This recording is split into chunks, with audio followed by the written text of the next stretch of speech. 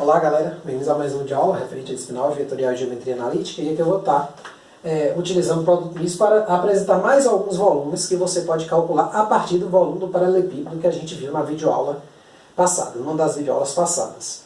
Essencialmente, na videoaula, que eu abordei o volume do paralelepípedo por meio do produto misto, a gente chegou à conclusão que o volume deste paralelepípedo era exatamente o módulo do produto misto dos vetores U, V e W, que geravam esse paralelepípedo. Lá em particular, quer dizer, de modo geral, a gente percebeu que o paralelepípedo não precisaria ter face o quê? Com formato de retângulo. Ele podia ser um paralelogramo, por exemplo. Então, o que a gente até mostrou lá que ele podia ser oblíquo, quer dizer, o ângulo entre as faces não precisaria necessariamente ser um ângulo de 90 graus, como ocorre neste caso aqui. Em qualquer caso, né, o que a gente precisaria ter era a altura, certo? E a área da base. O volume era a área da base vezes a altura. Então, a gente chegou a essa conclusão aqui, que o volume do paralelepípedo ele é o módulo do produto misto. Né? Lembrando que o produto misto é um número, quando você tira um módulo, é o módulo de um número, ou seja, se sair negativo, tirando o módulo, fica sempre positivo. Aí a gente pode trabalhar também com o prisma. O prisma ele é conseguido por meio de um paralelepípedo fazendo o seguinte. Aqui eu tenho um prisma padrão, que é aquele que eu posso conseguir apagando o quê? Pegando assim, ó, fazendo um corte, pegando dessa reta a essa aqui, e eliminar meio que a frente dessa figura aqui, ficando como se fosse uma espécie de rampa. Certo? Então aqui eu tenho o quê? O paralelo, né? Quer dizer, o prisma, né? Então eu pego e apago essa parte aqui, ó. Tem o prisma. Só que se você olhar bem, esse carinha aqui é metade do volume do prisma. Então, o volume do paralelepípedo. Então, o volume do prisma, vamos botar assim, PRS, né? Prisma. Ele vai ser o quê? Metade. Por quê? Se você olhar, se eu encaixar outra figura aqui, só que virada de cabeça para baixo aqui, eu formo exatamente a mesma figura acima. Metade do produto misto de U, V e W, desse módulo, né? Desse produto misto. Então, o volume do prisma eu posso calcular dessa forma. Tá certo? A gente também pode calcular o volume da pirâmide. A pirâmide ela é um pouco diferente do prisma, que ela não pega toda essa reta aqui. Ela se concentra em um único ponto. Então, eu vou pegar deste ponto, dessa face aqui oposta a essa que eu vou anular, ligar esses segmentos, e a parte interna a esta figura aqui é o que eu vou denominar como pirâmide. Então é como se eu apagasse isso aqui, ó. Mas, vamos lá. Se você estudou um pouquinho de geometria, ou lá da geometria, né, se você conhecer, você sabe que o volume de uma pirâmide em relação a um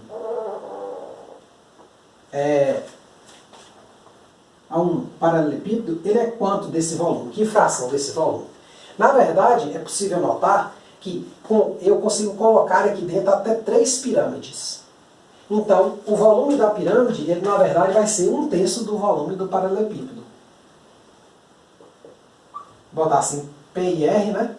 O volume da pirâmide, ele na verdade vai ser 1/3 do módulo do produto misto de U, V e W.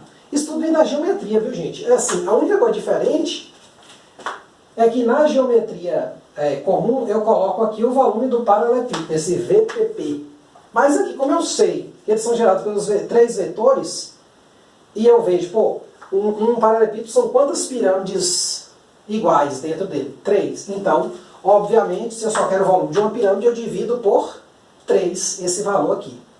E o tetraedro, se você for notar, ó, se eu pegar essa pirâmide aqui e fizer um corte aqui, ó, e eliminar a banda de lá, a partir desse corte, o que fica depois desse plano aqui, ó, determinado por esse vetor e essa banda de cá, eu tenho exatamente um tetraedro. Ou seja, se eu dividir isso aqui por 2 de novo, ou melhor, dividir esse aqui por 6, eu vou ter o volume do tetraedro.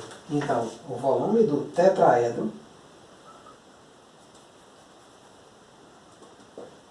ele vai ser, na verdade, 1/6 do volume do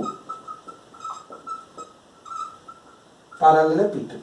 Ou metade do volume da pirâmide. Tá certo? ou até mesmo, se você preferir, 1/3 do volume do prisma. Certo? Já que esse aqui já é meio, se eu dividir por 3 de novo, dá 1/6. Certo? Então, assim, isso aqui só são algumas observações que eu faço para você não ficar imaginando que são fórmulas novas. Não, não tem nada de novo aqui. Na questão você vai ler o seguinte.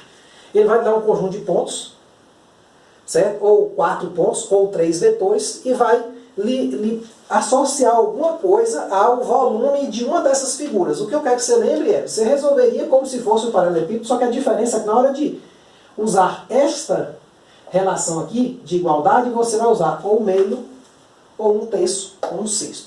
Tá certo?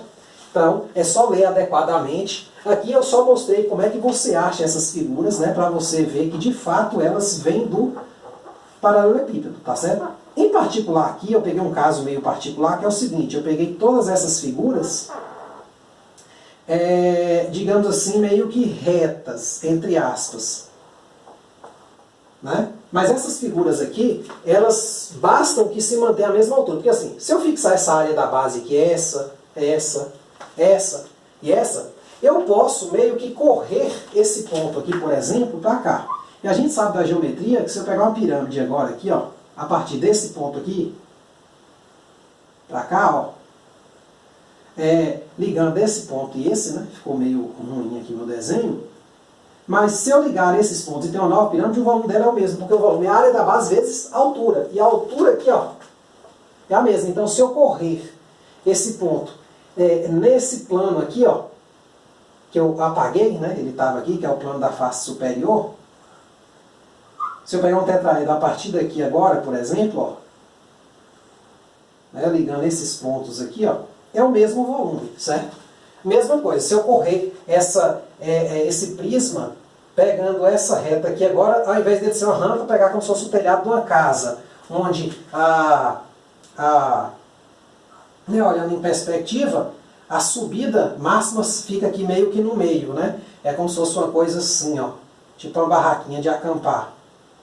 Certo? Qual o volume da barraquinha de acampar? Uma barraquinha de acampar é como se fosse um prisma. Certo? Então é a mesma ideia. Se eu botar uma outra barraca aqui em cima dessa, eu completo isso aqui, ó, eu formo exatamente um paralelepípedo. Certo? Meus desenhos não ficaram muito bons, mas assim, o que eu quero que você entenda é somente essa parte mesmo. Que esses volumes aqui, eles derivam deste volume aqui. Então é isso aí. Espero ter entendido. Muito obrigado. Até a próxima.